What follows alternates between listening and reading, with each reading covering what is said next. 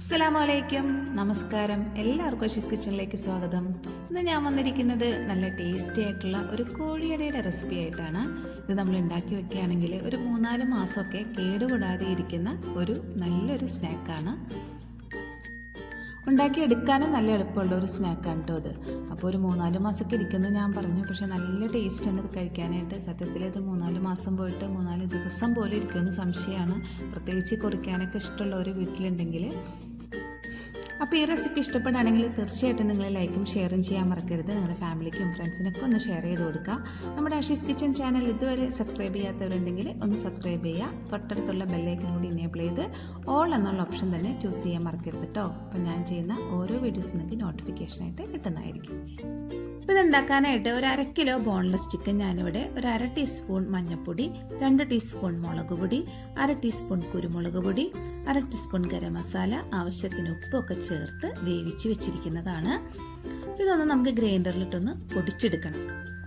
പിന്നെ വേണ്ടത് ഒരു 3 മീഡിയം സൈസ് സവാളയാണ്, ഒരു പിടി മല്ലിയിലയും കുറച്ച് കറിവേപ്പിലയും, ഒരു 3 ടേബിൾ സ്പൂൺ ജിഞ്ചർ ഗാർലിക് പേസ്റ്റും 4 പച്ചമുളകും കൂടിയാണ് എടുത്തിരിക്കുന്നത്. ഇതിൻ്റെ മാവിന് വേണ്ടിയിട്ട് 250 ml കപ്പിൽ 2 കപ്പ് മൈദപ്പൊടിയാണ് എടുത്തിരിക്കുന്നത്. ആവശ്യത്തിന് ഉപ്പ് ചേർത്ത് ഒന്ന് മിക്സ് ചെയ്ത് കൊടുക്കാം. ഇനി അതിലേക്ക് 1 ടീസ്പൂൺ ഓയിലും കൂടിയും ചേർത്ത് ഒന്ന് മിക്സ് ചെയ്യാം. അപ്പോൾ ഇത് കുഴയ്ക്കുന്ന സമയത്ത് നമ്മുടെ കയ്യിൽ ഒട്ടിപ്പിടിക്കാതിരിക്കാനാണ് ഇങ്ങനെ ചെയ്യുന്നത്. പിന്നെ ആവശ്യത്തിന് കുറേശ്ശെ വെള്ളം ഒഴിച്ച് നമുക്കിതൊന്ന് ചപ്പാത്തി മാവ് കുഴച്ചെടുക്കുന്നത് പോലെ കുഴച്ചെടുക്കാം. അപ്പോൾ ആദ്യം അധികം വെള്ളം ഒഴിക്കരുത്, കുറേശ്ശെ വെള്ളം ഒഴിച്ചിട്ട് വേണം കുഴയ്ക്കാനായിട്ട്, അതൊന്ന് ശ്രദ്ധിക്കുക. പിന്നെ കയ്യിൽ ഒട്ടിപ്പിടിക്കുന്നുണ്ടെങ്കിൽ ഒരല്പം എണ്ണ കയ്യിൽ പുരട്ടിയിട്ട് നമുക്കിത് കുഴച്ചെടുക്കാം. അപ്പോൾ ഇത് കുഴച്ച് നമുക്കിങ്ങനെ മാറ്റി വയ്ക്കാം. അപ്പോൾ നമ്മുടെ ചിക്കനും ഇവിടെ ഇതാ ഗ്രൈൻഡറിലിട്ട് ഞാൻ പൊടിച്ച് വെച്ചിട്ടുണ്ട്. ഇനി നമുക്ക് ഒരു പാൻ അടുപ്പത്ത് വെച്ച് അതിലേക്ക് ഒരു 3 ടേബിൾ സ്പൂൺ ഓയിൽ ഒഴിച്ചു കൊടുക്കാം.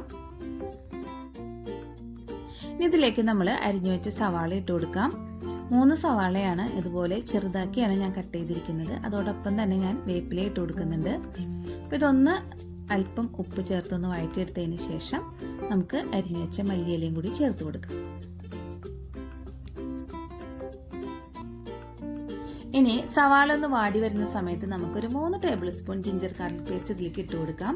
ഒരു 4 പച്ചമുളക് കൂടി ഇതിൽ അരച്ച് ചേർത്തിട്ടുണ്ട്. ഇനി 2 ടീസ്പൂൺ മുളക് പൊടിയും, ഒരു 1/2 ടീസ്പൂൺ കുരുമുളക് പൊടിയും, ഒരു 1/4 ടീസ്പൂൺ മഞ്ഞൾപ്പൊടിയും കൂടി ചേർത്ത് നമുക്കിതൊന്ന് വഴറ്റിയെടുക്കാം. ഈ മസാലയുടെ പച്ചമണമൊക്കെ മാറി വരുന്ന സമയത്ത് നമുക്ക് ഇതിലേക്ക് പൊടിച്ചു വെച്ച ചിക്കൻ ചേർത്ത് കൊടുക്കാം. പച്ചമുളക് നമുക്ക് അരച്ച് ചേർക്കുന്നതിന് പകരം അരിഞ്ഞും വേണമെങ്കിൽ ഇട്ട് കൊടുക്കാം. ഞാൻ പിന്നെ കുട്ടികൾ കടിക്കുമ്പോൾ അവർക്ക് ബുദ്ധിമുട്ടാവണ്ടെന്ന് കരുതിയിട്ടാണ് അങ്ങനെ ചെയ്തത്.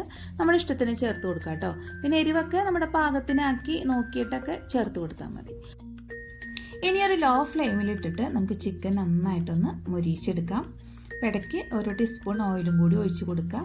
അപ്പോൾ തീ കൂട്ടി വെക്കരുത്, അതാണ് പ്രത്യേകം ശ്രദ്ധിക്കേണ്ടത്. ഇവിടെയാണ് നമുക്ക് കൂടുതൽ സമയം വേണ്ടി വരുന്നത്. ഒരു 1/2 മണിക്കൂറെങ്കിലും വേണം ഇതൊരു നല്ല ബ്രൗൺ കളറായിട്ട് വരാനായിട്ട്. അപ്പം ഇങ്ങനെ ഉണ്ടാക്കിയാലേ ഇത് കുറേ നാൾ കേടുകൂടാതിരിക്കുകയുള്ളൂ. അപ്പോൾ അതൊന്ന് ശ്രദ്ധിക്കണം. അപ്പോൾ ചിക്കൻ നന്നായി മൊരിഞ്ഞ് വന്നിട്ടുണ്ട്. അപ്പോൾ മൊരിഞ്ഞ് വരുമ്പോൾ ഇതിൻ്റെ എണ്ണയൊക്കെ നന്നായിട്ടൊന്ന് തെളിഞ്ഞ് വരും. അതാണ് ഇതിൻ്റെ ഒരു കറക്റ്റ് പാകം. അപ്പോൾ ഇനി ഇതിനുള്ള മാവ് തയ്യാറാക്കാം. അതിന് വേണ്ടിയിട്ട് നമുക്ക് ചപ്പാത്തിക്ക് പരത്തുന്ന പോലെ ഓരോ ഉരുളകളാക്കി എടുത്തിട്ട് കുറച്ച് വലുപ്പത്തിൽ അങ്ങ് പരത്തിയെടുക്കാം. ഒരു ഗ്ലാസ് കൊണ്ടോ അല്ലെങ്കിൽ ചെറിയ റൗണ്ട് ഷേപ്പിലുള്ള എന്തെങ്കിലും മൂടി കൊണ്ടോ ഇങ്ങനെ കട്ട് ചെയ്ത് മാറ്റിയെടുക്കാം. ഇനി ഒരു പ്ലേറ്റിൽ അല്പം പൊടി വെതറിയിട്ട് വേണം ഇത് നമ്മൾ ഇട്ട് കൊടുക്കാനായിട്ട്, അല്ലെങ്കിൽ ഇത് ഒട്ടിപ്പിടിക്കും. ഇതിൻ്റെ മേലേക്ക് ഇടുമ്പോഴും ശ്രദ്ധിക്കണം. ഇനി നമുക്ക് ഈ ചിക്കൻ ഫില്ലിങ് ഇതിൽ വെച്ച് കൊടുക്കാം.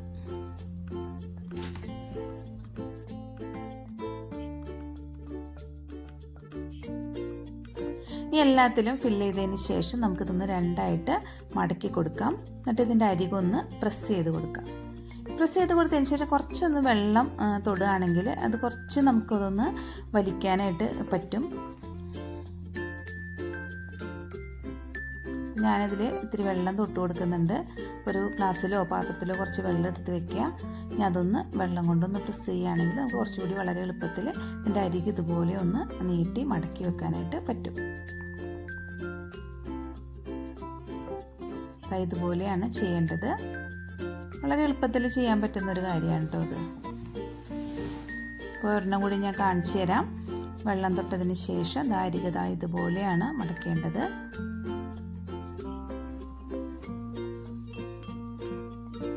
ഇനി നമുക്ക് ഓരോന്നും ഇതുപോലെ ചെയ്ത് മാറ്റി വയ്ക്കാം. അതിനുശേഷം സ്റ്റൗവിൽ പാൻ വെച്ച് ചൂടായതിന് ശേഷം നമുക്ക് ആവശ്യത്തിന് ഓയിൽ ഒഴിച്ചു കൊടുക്കാം.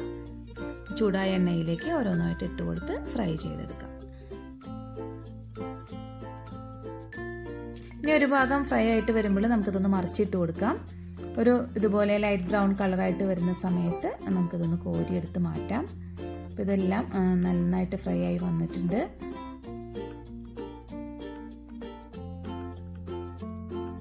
അപ്പോൾ നമ്മുടെ ടേസ്റ്റി ആയിട്ടുള്ള കോഴിയുടെ ഇവിടെ റെഡി ആയിട്ടുണ്ട്. എല്ലാവരും ഒന്ന് ട്രൈ ചെയ്ത് നോക്കുക.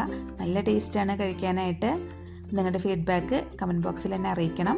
അപ്പോൾ വീഡിയോ ഇഷ്ടപ്പെട്ടാൽ എല്ലാവരും ഒന്ന് ലൈക്ക് ചെയ്യുക, ഷെയർ ചെയ്യുക. ആദ്യമായിട്ട് കാണുന്നവരുണ്ടെങ്കിൽ ഒന്ന് സബ്സ്ക്രൈബ് ചെയ്യുക. തൊട്ടടുത്തുള്ള ബെല്ലൈക്കനും കൂടി എനേബിൾ ചെയ്ത് ഓൾ എന്നുള്ള ഓപ്ഷൻ ചൂസ് ചെയ്യുകയാണെങ്കിൽ ഞാൻ ചെയ്യുന്ന ഓരോ വീഡിയോസും നിങ്ങൾക്ക് നോട്ടിഫിക്കേഷനായിട്ട് കിട്ടുന്നതായിരിക്കും.